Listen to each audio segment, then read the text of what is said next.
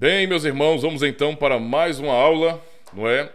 Em mais uma confissão reformada, vamos para os cânones de Dort de novo, não é? E aprendermos um pouco mais sobre as doutrinas da graça, né? Algo tão importante e necessário para cada um de nós. Na última aula, meus irmãos, nós estudamos um pouco sobre o valor infinito da morte de Cristo, não é? A obra de Cristo tem valor infinito e, portanto, suficiente, não é, para salvar o mundo inteiro. Ou seja, nós nunca podemos olhar para a obra de Cristo, para a sua morte, imaginando que a doutrina ou aquela frase da Tulip, expiação limitada, refere-se a algum tipo de limitação, tanto no amor de Deus como também na própria obra, no sacrifício de Cristo. Então não se refere a isso, mas realmente assumimos, admitimos aquilo que a Bíblia diz, que na morte de Cristo, não é, há poder suficiente para salvar o mundo inteiro, cada indivíduo. A morte dele, seu sacrifício, foi perfeito por nós, tá? E também aprendemos que, baseado nisso, também nós podemos pregar o Evangelho. Então somos ensinados nos cânones de Dort a pregação universal do Evangelho e, portanto, devemos pregar o Evangelho a todas as pessoas, não é? Não precisamos ficar nos limitando com relação a isso. Somente aqueles que são hiper calvinistas, né?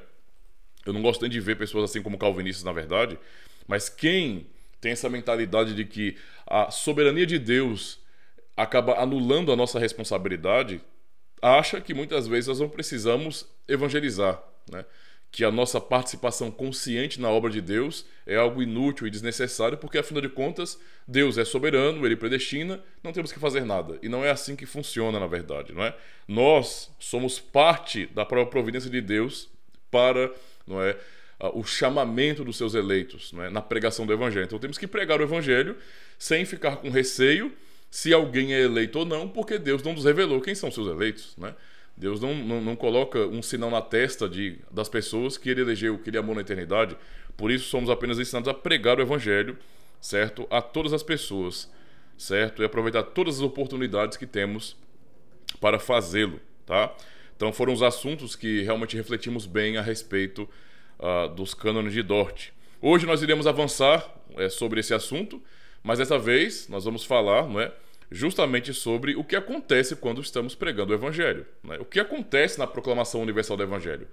Já que somos ensinados, incentivados por Deus a pregar o Evangelho, então devemos também pensar no que acontece no campo missionário, no grande campo missionário do mundo, porque nós podemos também falar de nossa própria experiência na pregação, e muitas vezes a experiência tem sido determinante para muitas pessoas. Há muitas tradições cristãs, não é, que acabam olhando muito mais para a experiência no campo, de observar que na pregação há pessoas que creem e há pessoas que não creem, e baseado nisso eles formulam sua teologia, sua maneira de pensar e até interpretar a Bíblia, tá? Então temos que pensar sobre isso, né? Sobre o que acontece quando estamos pregando o Evangelho. Então vamos para o artigo 6 do capítulo 2 dos cânones de Dort, onde estamos estudando sobre a morte de Cristo e a redenção do homem por meio dela, né? Então, no artigo 2 artigo 6 do capítulo 2, temos uma pergunta importante aqui, não é? Por que alguns não creem? Então, somos ensinados a pregar o Evangelho a todas as criaturas, a todo mundo, certo?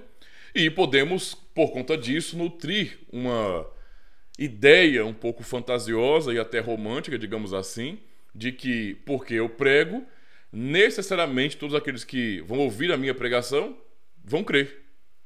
Vão acabar ouvindo o Evangelho e, portanto, eles vão acabar crendo no Evangelho, crendo em Jesus Cristo.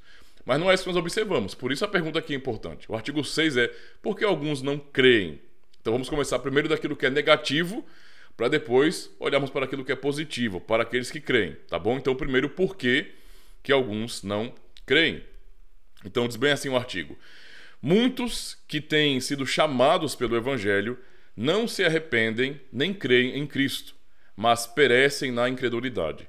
Isto não acontece por causa de algum defeito ou insuficiência no sacrifício de Cristo na cruz, mas por causa de sua própria culpa. Olha só que artigo importante para nós. À primeira vista, quando olhamos para um artigo como esse, não é?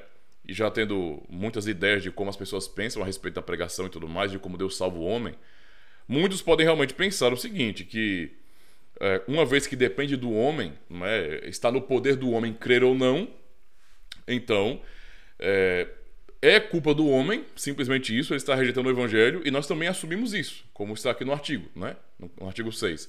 Realmente o homem, ele é culpado por não crer, tá bom? Mas há várias questões envolvidas ainda, né? Que a Escritura nos revela a respeito do porquê que esse homem, que é culpado por não crer, crê. Por que ele não crê?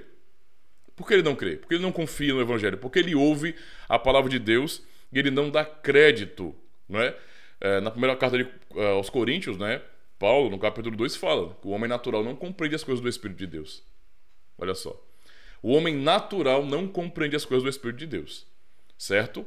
Então, observem que nós reformados, por mais que preguemos a soberania de Deus, ensinemos que, na verdade, Deus é quem opera a sua salvação, é Ele quem chama soberanamente o homem. A salvação é de Deus, vem de Deus somente, não é produzida pelo homem, não é causada ou incentivada pelo homem. Vem de Deus somente, de sua graça. Ainda assim, nós não vamos ensinar de forma nenhuma que o homem não é culpado quando ele rejeita o evangelho. É o homem que está rejeitando mesmo. O que a Bíblia nos revela, o que nós já aprendemos aqui muitas vezes, e ainda aprenderemos muito, não é? É que o homem caiu em pecado e, portanto, é morto em delitos e pecados. Naturalmente, então, o homem é morto. Espiritualmente, o homem é morto. E, portanto, na situação de morte espiritual, é óbvio que ele não vai entender o evangelho. Eu já citei muitas vezes nas aulas aqui para os irmãos textos, né, que sempre estamos usando, porque eles nos dão princípios importantes, como, por exemplo, Romanos capítulo 3. Citei na aula anterior, cito muitas vezes esse versículo, esse texto, na verdade, de Romanos 3, porque Paulo ali é muito claro em fazer esse raio-x da humanidade, da natureza humana. E lá nós aprendemos de maneira muito clara que o homem, não é esse homem que é espiritualmente morto, digamos assim, ele não é justo, tá? E não há nenhum justo. Esse homem que é morto em delitos e pecados, espiritualmente, ele não tem condições de entender, tá? E nem de buscar a Deus. Então, toda a capacidade que restou no homem após a queda, é inútil no que diz respeito ao conhecimento de Deus, ao conhecimento pessoal de Deus. Quer dizer que nenhuma das ferramentas que o homem dispõe hoje, não é, após a queda, por conta de sua natureza depravada, caída, nenhuma dessas ferramentas, do intelecto, por exemplo, pode ajudar o homem nesse sentido, a compreender a verdade, a compreender a Deus. Estudamos isso de maneira mais profunda, né, no próximo capítulo 3, 4. Mas observem que já aqui nós podemos realmente reconhecer que existe uma razão, não é, para o homem não crer. Só que essa razão para o homem não crer, não é, que é a sua morte espiritual, é culpa do próprio homem. Tá? Eu preciso realmente relembrar os irmãos daquilo que o Catecismo de Heidelberg fala sobre isso. Porque às vezes as pessoas podem pensar, né? Veja, nós estamos assumindo no artigo 6 que o homem é culpado. Tá? O homem não crê, o homem rejeita o evangelho por sua própria culpa. Ok? Mas mesmo assim, quando afirmamos essa verdade, nós não estamos isentando o homem nesse sentido dessa culpa, porque já estamos assumindo, mas não estamos dizendo também que simplesmente Deus não empurra o homem nesse sentido, né? Podemos dizer assim, para a incredulidade e, portanto, o homem ele não pode ser culpado. Porque alguém pode raciocinar assim. Alguém pode pensar bem assim, mas peraí, se o homem já nasceu culpado, ou então, não pensando na culpa, mas o homem já nasceu nesse sentido pecador e, portanto, escravo do pecado, por que ele vai ser culpado então? Não é? Como é que o homem pode ser culpado de alguma coisa se ele já nasceu pecador? Então, é por isso que o Catecismo nos ajuda bastante com relação a isso. No Dia do Senhor 3, não é? É dito bem assim. Então Deus criou o homem assim tão mau e perverso? Né? Porque na pergunta anterior, na pergunta 5 do Dia do Senhor 2, a pergunta é essa. Pergunta 5. Você consegue guardar tudo isso perfeitamente? É uma pergunta referente à obediência aos mandamentos de Deus. E aí vem a pergunta seguinte, a pergunta 6. Então Deus criou o homem assim tão mau e perverso? Porque na pergunta e resposta anterior assumimos que não. Nós não conseguimos guardar a lei de Deus perfeitamente. Por natureza, sou inclinado a odiar a Deus e ao meu próximo. Por isso a pergunta é tão lógica. Então, ora, se eu sou por natureza inclinado a odiar a Deus, então como é que eu posso ser culpado? Né? Por isso a pergunta, Deus criou então o homem mau? Só pode. Eu lembro que quando eu ensinei sobre esse Dia do Senhor há muitos meses atrás para os irmãos, eu até citei o exemplo de uma pessoa que afirmou que sim, né? Eu perguntei aqui a pergunta do catecismo. Então Deus criou o homem assim tão mau e perverso? A pessoa disse que sim. Então quer dizer que nós pecamos porque Deus nos criou maus? Percebe? Se a pessoa for querer apelar para a soberania de Deus para chegar a essa conclusão, ela vai estar indo em contramão da Bíblia, na contramão da Bíblia, tá? Eu sei que quando nós pensamos na soberania de Deus, nós temos que admitir, tudo vem de Deus, nada acontece à vontade dele, isso é fato. Ninguém precisa ser, digamos assim, muito estudado na teologia para poder compreender isso. A Bíblia realmente é muito clara, nós sabemos que ele é soberano. Mas, ao mesmo tempo que ele é soberano absolutamente e tudo vem dele, nós nunca podemos dizer que Deus, por exemplo, é o autor do pecado, do mal. Não é? E que Deus criou o homem mau nesse sentido. Porque não é esse o ensino da palavra de Deus. Quem chegar nessas conclusões vai chegar porque está tentando ser lógico. Ora, se Deus é o autor de tudo, se ele é o criador de todas as coisas, e só existe aquilo que ele quer que exista, não é, soberanamente, e tentar usar a linguagem de permissão não vai ajudar muito, e eu entendo, realmente não ajuda muito, é mais uma tentativa de tornar essa verdade menos agressiva, digamos assim. Eu não acho que isso é necessário, não é? Mas alguém que raciocina apenas desse jeito pode acabar negando aquilo que a Bíblia está narrando para nós. A Bíblia nos ensina que o homem caiu por escolha própria, tá? E o mal está no homem nesse sentido. E, portanto, o que nós confessamos no Catecismo de Heidelberg é muito importante. Então, Deus criou o homem assim tão mau e perverso? A resposta é não, pelo contrário. Deus criou o homem bom e a sua imagem, tá? E a sua imagem. Isto é, em verdadeira justiça e santidade, de modo que ele pudesse conhecer corretamente a Deus, o Criador, amá-lo de coração e viver com ele em eterna felicidade para o louvar e glorificar. Então, é isso que estamos admitindo aqui, e percebam como que isso se harmoniza perfeitamente com os cânones de Dort, né? Por isso podemos falar nas três formas de unidade, porque não vamos ver um ensino diferente nem na confissão belga e nem nos cânones de Dort, ok? Todos estão bem amarrados, digamos assim, né? Bem ligados com o Catecismo de Heidelberg também, tá? Então, aí, pensando nisso, vem a pergunta 9 do Dia do Senhor 4, que fala bem assim: mas Deus não age injustamente com o homem ao exigir em sua lei aquilo que o homem não consegue cumprir? E a resposta, mais uma vez, não, pois Deus criou o homem de tal forma, não é, que este era capaz de cumprir essa lei. Mas o homem, sob instigação do diabo, em desobediência deliberada, isto é, porque quis, privou a si mesmo, ou seja, o homem se lançou na morte, o homem se lançou na escravidão do pecado, e todos os seus descendentes desses dons. Então, por isso que nós nascemos desse jeito, né? Está aqui a origem da nossa situação natural. Nós nascemos assim.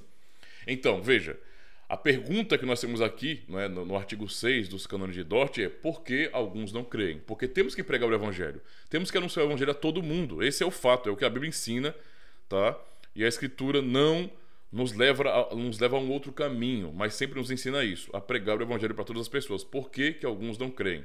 Então, repetindo aqui o artigo, né? Muitos são chamados, mas perecem na incredulidade, tá? Há algum problema, há algum defeito, porque quem está olhando para a obra missionária, para a pregação do evangelho, com a expectativa de que se eu pregar, todos vão crer. Tanto é assim que muitas pessoas imaginam que elas conseguem, porque elas não entenderam ainda, os remonstrantes entendiam assim, os arminianos hoje também, muitos deles, acabam entendendo, por exemplo, que como isso não é algo sobrenatural apenas, mas também é da capacidade humana, então é possível persuadir as pessoas. É mais ou menos assim: se as pessoas não estão crendo, então há um tipo de falha na obra missionária, talvez o pregador não seja persuasivo o suficiente, né?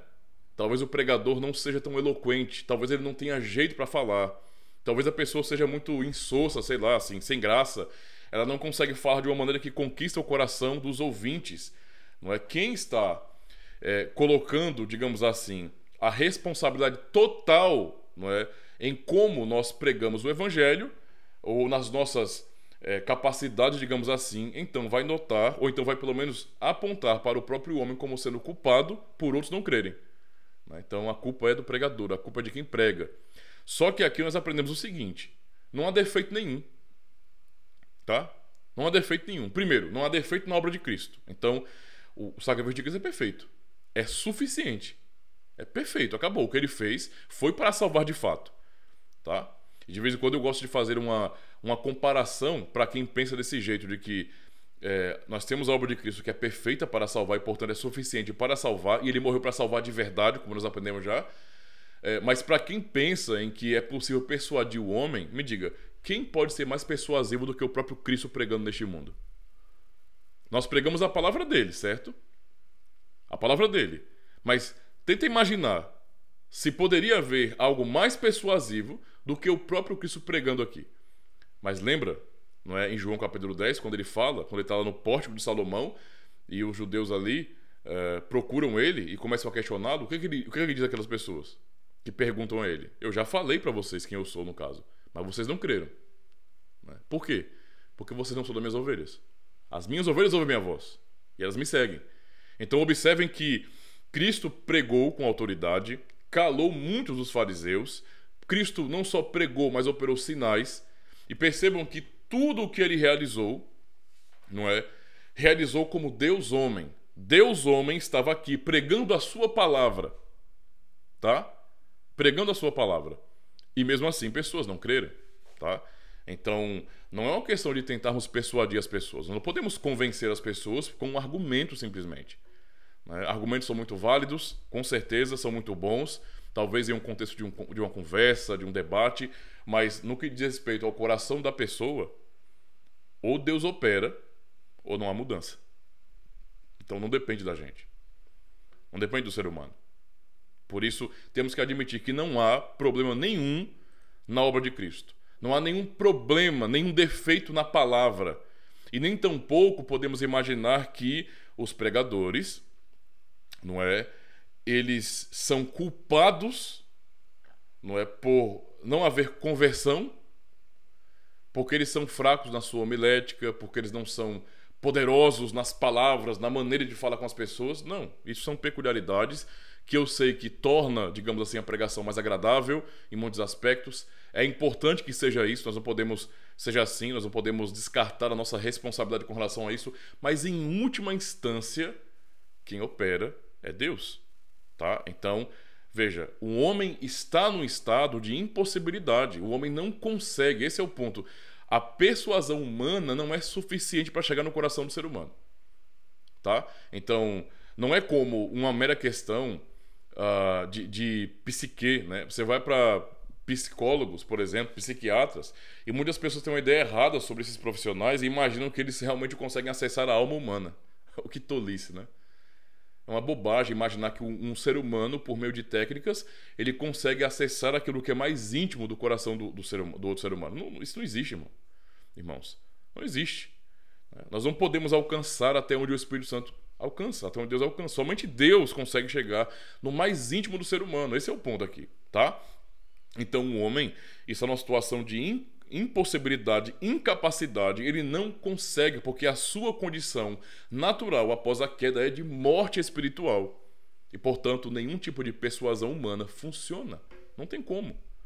Tá? E se alguém falar bem assim, não, mas isso é mentira, pastor, porque eu sou um cara muito desenrolado, eu tenho uma retórica muito boa, e eu com, sabe, a minha boa conversa, eu consigo trazer um monte de pessoas para a igreja. Será?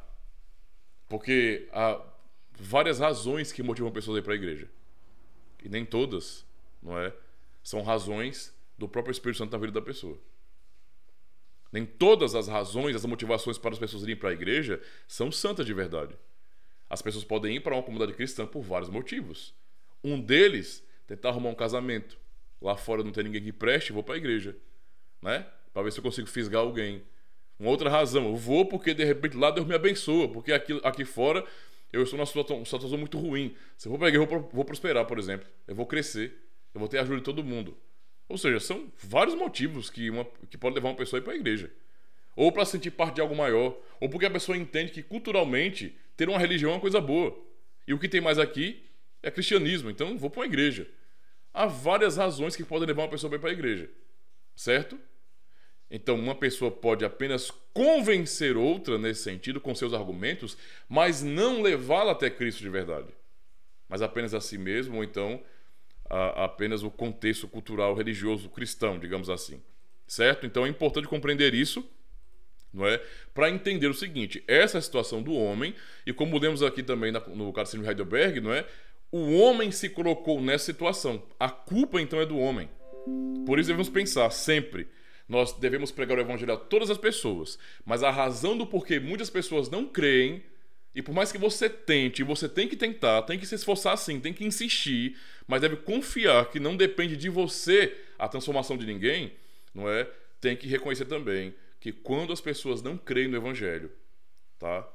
Quando as pessoas não creem, quando elas rejeitam a mensagem, que para você faz tanto sentido, que te dá tanta esperança, elas são culpadas disso.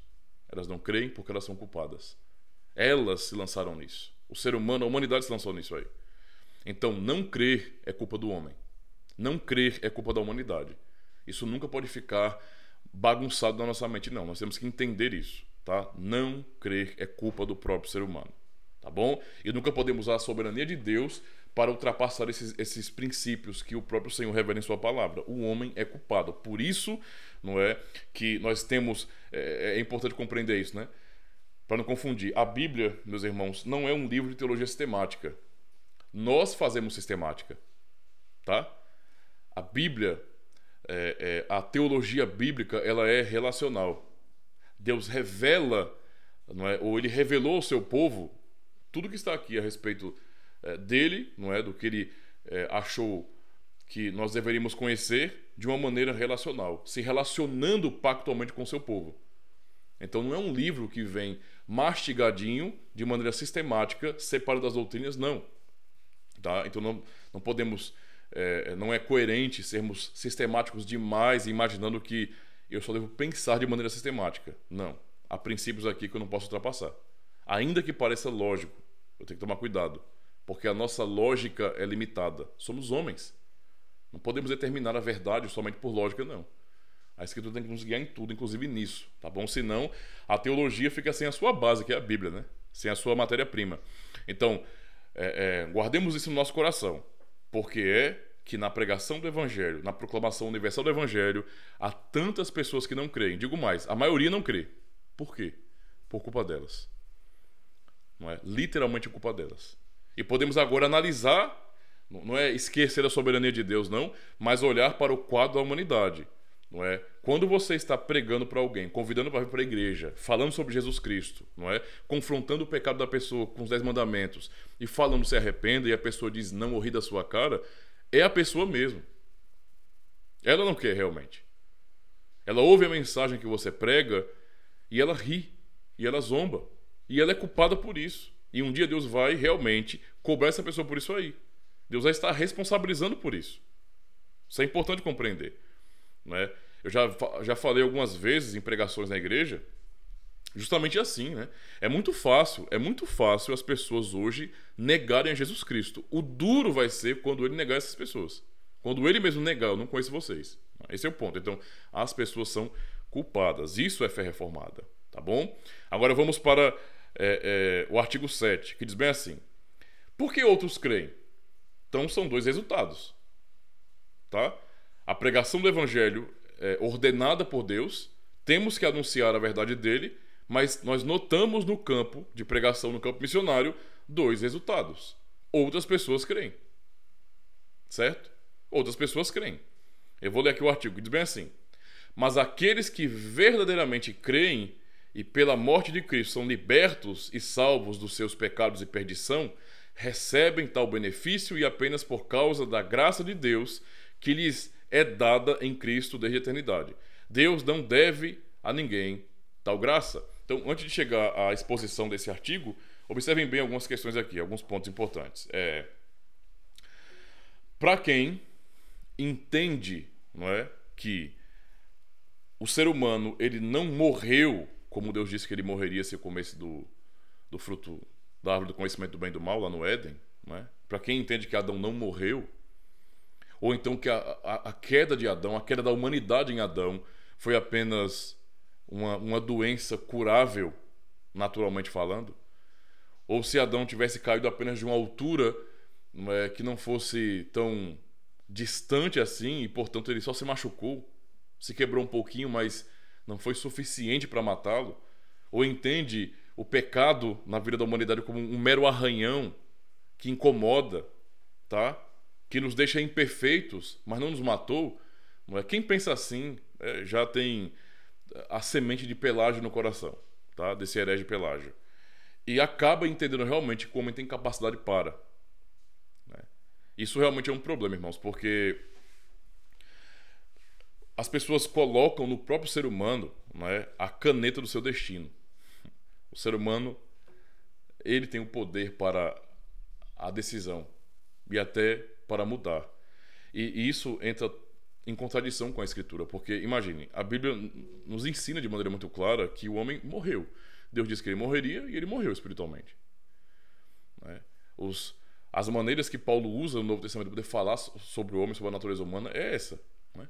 Então você tem expressões como geralmente essas, né? Filhos da ira ou mortos em delitos e pecados. Expressões comuns, fortes na Escritura, não é, para falar sobre a situação do homem no pós-queda. É esse que o homem é. Então, se o homem pode resolver o seu próprio problema, não é? Então, o pecado não foi tão forte assim, não foi tão grave assim. Mas não é o que a Bíblia ensina. Então, percebo que essas pessoas, quando insistem na capacidade humana, elas precisam abrir mão, não é, da palavra do Senhor Deus. Para insistir na capacidade do homem para conseguir resolver o seu próprio problema, não é? Então eles precisam abrir mão da palavra de Deus. É necessário fazer isso, porque não tem como você dizer uma coisa dessas com a Escritura de verdade. Não dá, tá? Porque se a Bíblia nos trata assim, naturalmente desse jeito, se esses são os adjetivos usados para tratar a humanidade, não há um justo, nenhum sequer, não há quem entenda, não há quem busque a Deus, não é? O homem é morto em delitos e pecados, filhos da ira, todos esses adjetivos, todas as qualificações negativas a respeito da natureza humana apontam para a nossa situação em condição de morte espiritual. Ou seja, como mortos, nada podemos fazer. Não podemos responder ao Evangelho. Quando pregamos e as pessoas não ouvem o que nós estamos pregando, não dão ouvidos, é porque estamos falando com defuntos. São defuntos. Não é? São defuntos. São pessoas espiritualmente mortas. Estamos pregando para cadáveres, essa é a realidade. O que existe é um grande vale de ossos secos no mundo. O mundo é isso. E pregamos, não é? E esses cadáveres, eles não vão responder. Assim como, não é, por mais que os filhos chorem na morte de um pai, o pai não vai levantar do túmulo porque os filhos estão gritando, desesperados. Não é assim que funciona. Tá? Então, é isso que a Escritura ensina a respeito da nossa natureza, como nós nascemos. Então, para afirmar que o homem tem capacidade, isso aí é realmente pontual. Tem que abrir mão daquilo que a Bíblia está ensinando. Então, logo, essa ênfase na capacidade humana não é bíblica, mas é meramente filosófica e só, ok? Só. Mas vamos aqui então para o artigo 7, nas suas partes. Há pessoas que creem e são salvas. Notem bem isso aqui, tá? Mas há pessoas que verdadeiramente creem e pela morte de Cristo são libertos e salvos dos seus pecados e perdição. Então, observem, não é, que o artigo está confessando aqui é aquilo que pensamos lá atrás, tá? De que quando uma pessoa crê, quando alguém ouve o Evangelho e crê, logo, não é, na pessoa que crê, não é, a morte de Cristo é eficaz. Agora é bom pensar bem sobre isso, porque ele fala que quem crê é salvo. Esse é o ensino bíblico. Creia. Não é? Arrependei-vos e crede no Evangelho. Quem crê é salvo. Então, quando a pregação do Evangelho uma pessoa crê, não é? Essa pessoa, então, pela morte de Cristo, é liberta e salva dos seus pecados e perdição. Quando há a fé. Certo? Mas lembre-se, nós nunca podemos desligar isso, porque estamos olhando agora para a humanidade. E pensar sobre isso a parte da soberania de Deus. Tá bom? Isso é importante compreender. Então, quem crê é salvo. O erro que os sinergistas cometem é imaginar que ou é uma coisa ou é outra. Em que sentido? Se o homem está sendo chamado à fé e ele crê, então é ele, não é Deus. Eles fazem esse tipo de separação, quando na verdade não separa isso. Nós estamos olhando uma parte mas sem nos esquecer que, na verdade, essa ação do homem aqui, ela é precedida, na verdade, pela ação do próprio Deus. É o Senhor fazendo e não precedida apenas imediatamente, no momento em que a pessoa vai ouvir e depois crer. Não é? Mas é algo que vem da eternidade. Isso é o que vem da eternidade. Então o homem crê e, portanto, quando crê, não é, pela morte de Cristo, ele é liberto dos seus pecados, tá? E da sua perdição. E o que acontece? E fala, e recebem tal benefício, não é? Esse benefício que vem sobre essa pessoa, que é a libertação dos pecados, não é? A salvação, é justamente pela graça de Deus, por causa da graça de Deus. Se é pela graça de Deus, ok? Então é óbvio que não tem o mérito humano. Se está dando uma ênfase à graça de Deus, é porque o homem, nesse sentido, ele não digamos assim, ativo no que diz respeito a Deus não agiu, ou Deus é o passivo nisso, e o homem sozinho é o ativo nisso aí.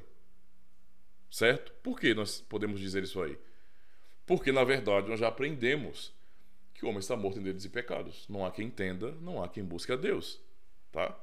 Não há compreensão do Evangelho. E também, consequentemente, também não há busca por Deus, naturalmente falando. Tá? Então, o homem, ele não está agindo por ele mesmo, simplesmente. Quando o homem rejeita, ele é culpado, ele está agindo. Então, veja, a minha incredulidade é minha culpa, mas a fé que eu tenho é culpa de Deus, para entender isso aí. Ou seja, eu só tenho fé por causa dele, tá? Então, observem aqui alguns textos. Nós conhecemos os textos da Palavra de Deus que falam sobre isso. Eu vou ler 2 textos importantes a respeito. Vamos pensar um pouco sobre eles, tá? Por exemplo, o Romanos 10 e 17. Todo mundo conhece esse texto. De sorte que a fé vem pelo ouvir, né? É através do ouvir, por meio do ouvir, e ouvir pela Palavra de Deus. Então, a fé é instrumento nesse sentido, tá? A fé, nesse sentido, ela vem no caso, tá? Ela vem. O instrumento é a palavra que eu devo ouvir, né? E ouvir o quê? A palavra de Deus, não é só palavra qualquer. Não é... Veja, a fé não é uma coisa do nosso coração. Ela não nasce em nós naturalmente, não é própria do ser humano. Ela vem, é algo de fora. E ela vem de que forma? Não é como ela vem, qual é o instrumento da fé nesse sentido? A palavra de Deus. É por meio da palavra que a fé verdadeira, essa fé salvífica aqui, não é? Ela vem sobre o ser humano. Esse é o único veículo verdadeiro. A palavra de Deus. É por meio da palavra que a fé chega até nós. É por meio da palavra que o próprio Espírito Santo opera em nós. E para entendermos isso, basta raciocinar bem naquilo que João está ensinando no Evangelho. João 1, verso 11 a 13, lemos justamente assim. Vamos raciocinar sobre esse texto.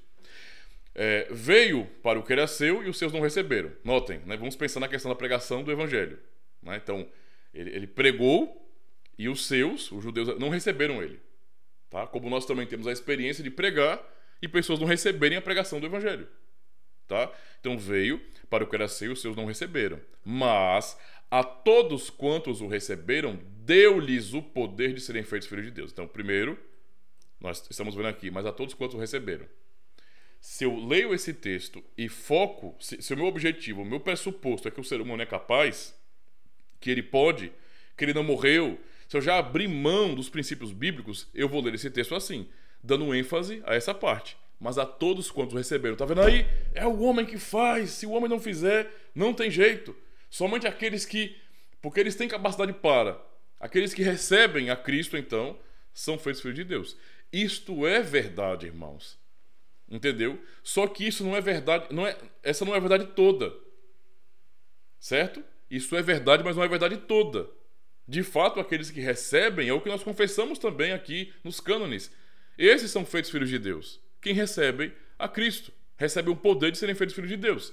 Só que essa não é a verdade toda, porque nós sabemos que há algo além disso, antes disso aí, soberano, que não está no poder do homem, só no poder de Deus.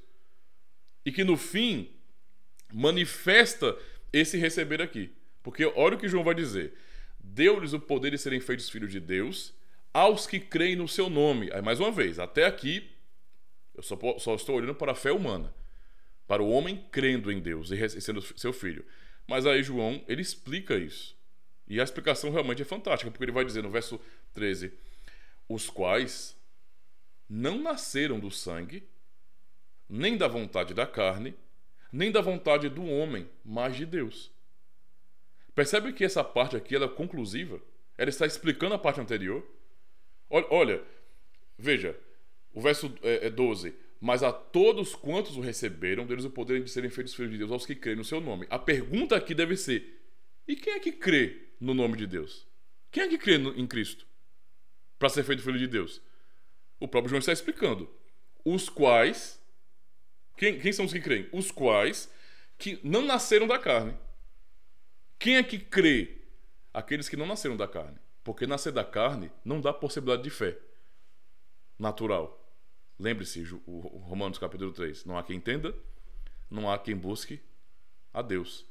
Então, os que creem no nome do Senhor são aqueles que não nasceram do sangue, nem da vontade da carne. Ele é enfático e até repetitivo. Nem da vontade do homem. Não há quem entenda, não há quem busque a Deus, mas de Deus. Ou seja, o que João está ensinando aqui? Que, na verdade, aqueles que creem porque Deus os regenerou. Eles não nasceram de um nascimento natural apenas.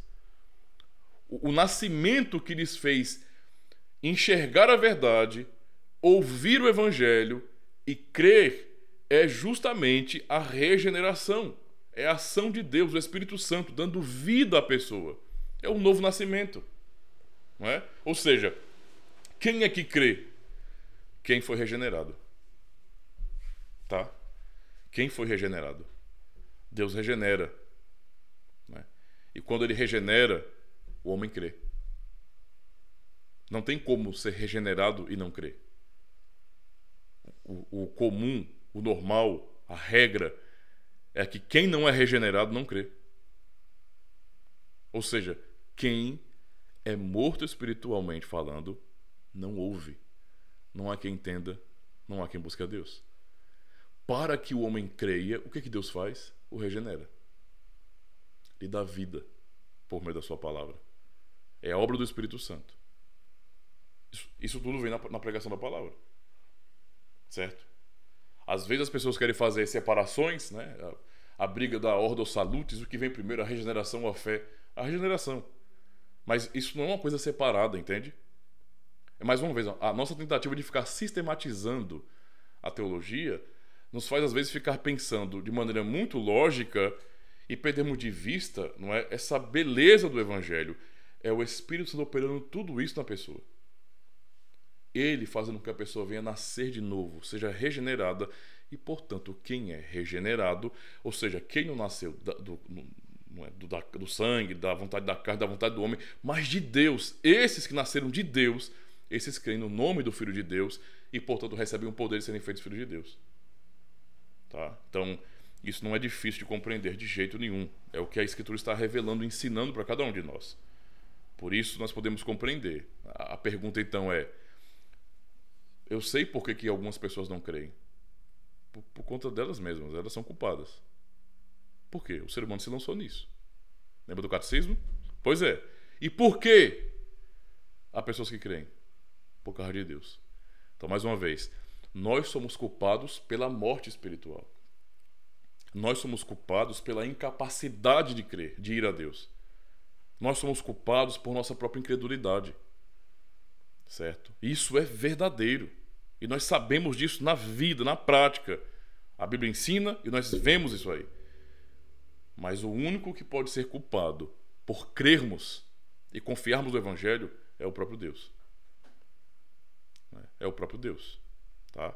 Ou seja, é por isso que no artigo 6 estamos confessando, no artigo 7 também estamos confessando que tudo isso nos é dado pela graça do Senhor Deus. Isso vem dele. Tá? É a graça do Senhor, dada em Jesus Cristo. E aí vem um detalhe importante no próprio artigo 7, para poder entender que não é algo preveniente, simplesmente agindo agora, para daqui a pouco eu crer. Não. Está apontando para a eternidade. Porque está dizendo bem assim, olha, no caso, esses receberam tal benefício apenas por causa da graça de Deus que lhes é dada em Cristo desde a eternidade. Tá? O que é que o artigo 7 está ensinando? Justamente aquilo que aprendemos no capítulo 1. No capítulo 1 aprendemos sobre o quê? Sobre a divina eleição e reprovação. E ali aprendemos o que, meus irmãos, sobre a eleição e sobre o que está ligado à eleição, que a fé que nós temos hoje, operada pelo Espírito Santo de Deus, ela procede da eleição. Tudo isso vem da graça de Deus. É porque Ele aprove assim, porque Ele quis nos amar na eternidade, porque Ele nos amou em Cristo. Não é? Escolheu o seu Filho para ser o nosso Cristo e nos escolheu nele, como lemos de maneira muito clara em Efésios capítulo 1. Ou seja, isso nos é dado, não é, em Cristo, tá? A graça que é dada em Cristo desde a eternidade. Então, a nossa fé, quando alguém ouve, quando pregamos o Evangelho, e nosso trabalho de pregação, alguém ouve esse Evangelho e crê de verdade, nós podemos saber então que essa pessoa só creu, só confiou em Cristo, só recebeu a palavra, porque na verdade essa pessoa é a letra de Deus. Essa é a razão pela crer. Deus a elegeu para isso. A fé procede da eleição, pensando nessa escala mais larga, digamos assim. A fé depende da eleição. Deus elege para a fé. É isso que aprendemos aqui, tá? Desde a eternidade, tá? E aí vem um detalhe para poder fechar isso aqui com chave de ouro. O que é para justamente derrubar aquelas pessoas que têm na sua mente, têm em suas mentes, que isso seria injustiça da parte de Deus, porque elas têm no coração delas que Deus deve alguma coisa para alguém. Por isso o artigo 7 termina bem assim: Deus não deve a ninguém tal graça. Deus não deve a ninguém tal graça. Quando alguém, então, vier questionar, reclamar, dizendo que a nossa teologia, não é? A teologia reformada, ela é injusta, porque Deus está fazendo acepção de pessoas, e todo aquele blá blá blá que nós já conhecemos, e reclamar dizendo que isso é injustiça, como é que pode uma coisa dessas? Se salvou um, tem que salvar todos, né? Parece esses movimentos supostamente sociais que temos no nosso país aí, né? Do pessoal que quer fazer manifestação, ninguém solta a mão de ninguém, né? Eles acham que é mais ou menos assim. Não. Se Deus salvou um, tem que salvar todos. Se ele não salvar todos, ele é injusto. Peraí, vamos chamar a atenção dessa pessoa e perguntar: peraí, meu filho, Deus te deve alguma coisa? Deus deve alguma coisa à humanidade? Vamos colocar os pingos nos is, vamos pensar bem. Ele é Deus, o Criador. Os únicos devedores nessa conta somos nós. Nós devemos. Ok? Nós devemos. E eu não estou falando somente nós, cristãos. Eu digo, cada indivíduo neste mundo. O mundo inteiro deve a Deus. O mundo inteiro deve a Deus. Tá? Não só deve porque estamos pensando na questão do pecado, porque o homem trabalhou pecando e o salário do pecado é a morte, Romanos 6:23, mas o dom gratuito de Deus é a vida, né? Então, a vida eterna em Jesus Cristo é dom de Deus. A fé, tudo isso é dom de Deus. Ok? O homem, então, é devedor. Não só pensando no que o homem é obrigado nesse sentido, ele está obrigado a obedecer à lei de Deus, com a pena de condenação se não o fizer. Então, se no final de tudo, no juízo final, alguém for lançado no inferno, e muitos serão lançados no inferno, é por quê? Porque eles não cumprem a lei de Deus. A mesma situação nossa. Nós podemos pensar bem assim, mas peraí, pastor, e agora? Agora ferrou tudinho, porque eu também não cumpro a lei de Deus perfeitamente. E agora? Mas é o que está. Cristo se colocou em nosso lugar para cumprir a lei, nos substituindo. É aí que está o nosso alívio. Em Cristo somente. Só que tem uns tolos que, ao invés de confiar somente na obra de Cristo, estão confiando em si mesmos. Não. Eu tenho que fazer minha parte também. Olha, se quiser ir por esse caminho, não é? Eu não posso nem dizer boa sorte. Eu só posso dizer, Coitado de você. Quando chegar lá, diante do juiz, do trono do Senhor, do grande juiz, não é?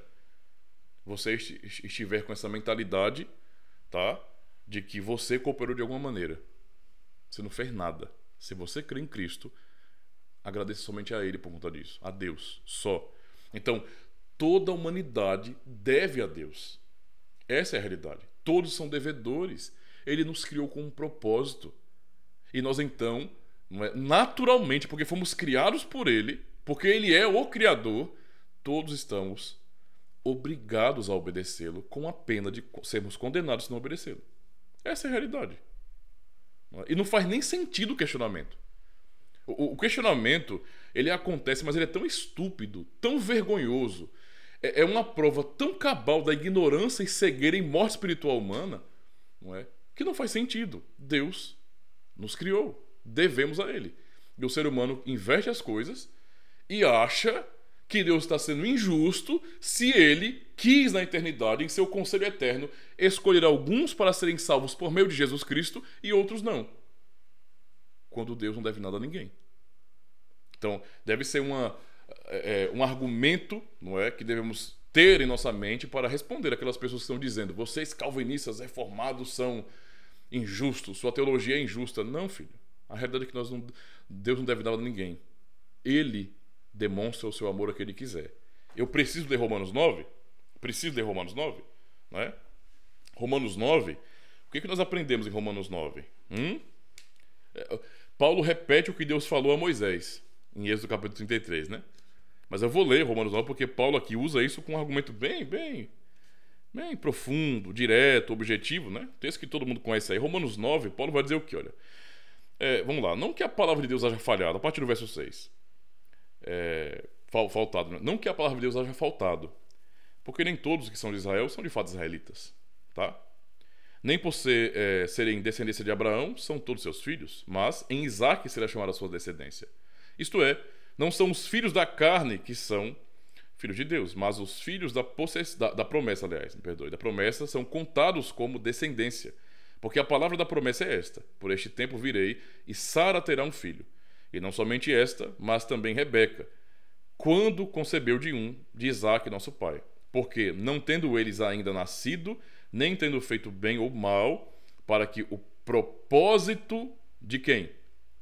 De Deus, segundo a eleição, ficasse firme, não por causa das obras, mas por aquele que chama. Né? Tem gente que consegue distorcer essas palavras, não sei como, né? É difícil, cara. Verso 12. Foi-lhe dito a ela: o maior servirá ao menor. Como está escrito: amei a Jacó, odiei a Esaú. Que diremos, pois? É a pergunta que Paulo faz aqui. Não é? Que há injustiça da parte de Deus? Essa pergunta que Paulo fez, retórica, porque ele sabia que haveria esse tipo de pergunta, não é? Nas igrejas de Roma, é a pergunta que os remonstrantes fazem hoje também. De maneira nenhuma. Há injustiça da parte de Deus? De maneira nenhuma. Pois diz a Moisés, o que Deus diz a Moisés? Citando Êxodo 33 aqui, ele fala: compadecer-me-ei de quem me compadecer, e terei misericórdia de quem eu tiver misericórdia. O que Deus está dizendo? Eu vou me compadecer de quem eu quiser me compadecer. Ele falou isso para Moisés em Êxodo 33. Tá? E vou ter misericórdia de quem eu quiser ter misericórdia. Por que Deus pode fazer isso? Porque Ele é Deus. Só isso. E porque Ele não deve nada para ninguém. Não é? E assim ele continua. Assim, no verso 16: pois isso não depende do que quer. Querer não é poder, não. Ele está dizendo: assim, pois, isso não depende do que quer. Né? Nem do que corre.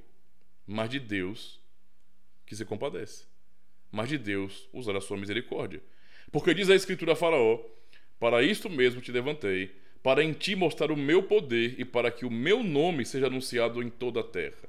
Logo, pois, compadece-se de quem quer e endurece a quem quer. Eu não vejo como que alguém pode ousar distorcer esses textos tão claros, porque essa é a verdade. Tá? Deus não deve nada a ninguém Ele é soberano, faz tudo de acordo com a sua própria vontade e ponto. Tá? Ponto. Nós somos criaturas. O que criaturas podem dizer contra o Criador? Certo? O que temos que fazer é nos sentirmos aliviados, darmos glória a Deus por sua bondade, por sua misericórdia. Então vamos entender aqui, meus irmãos, que Deus não deve nada a ninguém. E se nós cremos no Evangelho, é graças ao Senhor bondoso. Temos que louvá-lo por sua misericórdia. Senhor, muito obrigado porque o Senhor nos deu a fé. Porque não temos nada melhor do que os outros que não têm. Amém. Eu vou encerrar aqui então a aula no YouTube. Muito obrigado a quem acompanhou pelo canal no YouTube. Deus abençoe a vida de vocês. Continue acompanhando. Tá bom? Até o próximo vídeo.